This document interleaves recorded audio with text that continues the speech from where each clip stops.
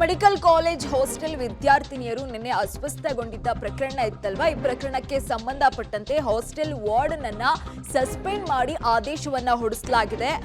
ಅಡುಗೆ ಸಿಬ್ಬಂದಿಯನ್ನ ಚೇಂಜ್ ಮಾಡಿ ಅಂತ ಆದೇಶವನ್ನ ಕೊಡಲಾಗಿತ್ತು. ಈಗ ಬೆಂಗಳೂರು ಮೆಡಿಕಲ್ ಕಾಲೇಜ್ ಡೀನ್ ಅವರು ಈಗ ಸಸ್ಪೆಂಡ್ ಮಾಡಿ ಆದೇಶವನ್ನ ಹೊರಡಿಸಲಾಗಿದೆ. ನಿನ್ನೆ ನಾವು ಈ ಸುದ್ದಿಯನ್ನ ಪ್ರಸಾರ ಮಾಡಿದ್ವಿ. ಇದರ ಅಪ್ಡೇಟ್ ಇದು.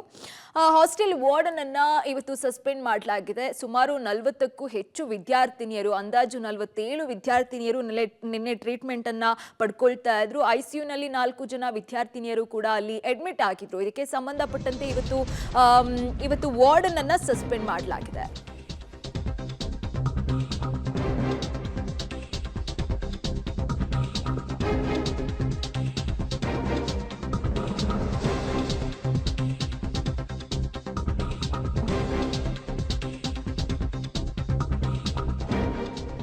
ಇನ್ನು ಇಬ್ಬರು ಹಾಸ್ಟೆಲ್ ವಿದ್ಯಾರ್ಥಿನಿಯರಲ್ಲಿ ಕಾಲಾರ ಪತ್ತೆ ಆಗಿದೆ. ಇದೇ ಹಿನ್ನೆಲೆಯಲ್ಲಿ ಹಾಸ್ಟೆಲ್ನಲ್ಲಿದ್ದಂತಹ ಆಹಾರ ಪದಾರ್ಥವನ್ನ ಟೆಸ್ಟ್ಗೆ ಒಳಪಡಿಸಬೇಕು ಅಂತ ಪತ್ರವನ್ನ ಕೂಡ ಬರೆಯಲಾಗಿದೆ ಅಧಿಕಾರಿಗಳಿಂದ. ಆಹಾರ ಸುರಕ್ಷತೆ ಮತ್ತು ಗುಣಮಟ್ಟ ಇಲಾಖೆಗೆ ಬಿಬಿಎಂಪಿ ಲೆಟರ್ ಕೊಟ್ಟಿರುವಂತದ್ದು.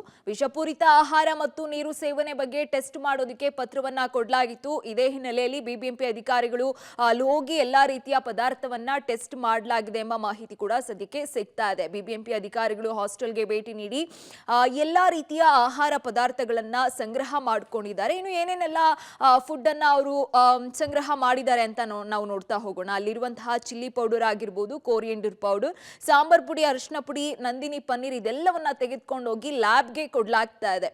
ಅಂದ್ರೆ ಇದರಲ್ಲಿ ಏನಾದ್ರೂ ಪಾಯ್ಸನ್ ಕಂಟೆಂಟ್ ಇತ್ತಾ, ಏನಾಗಿತ್ತು ಅನ್ನೋ ಪರಿಶೀಲನೆಯನ್ನ ನಡೆಸಲಾಗ್ತಾ ಇದೆ.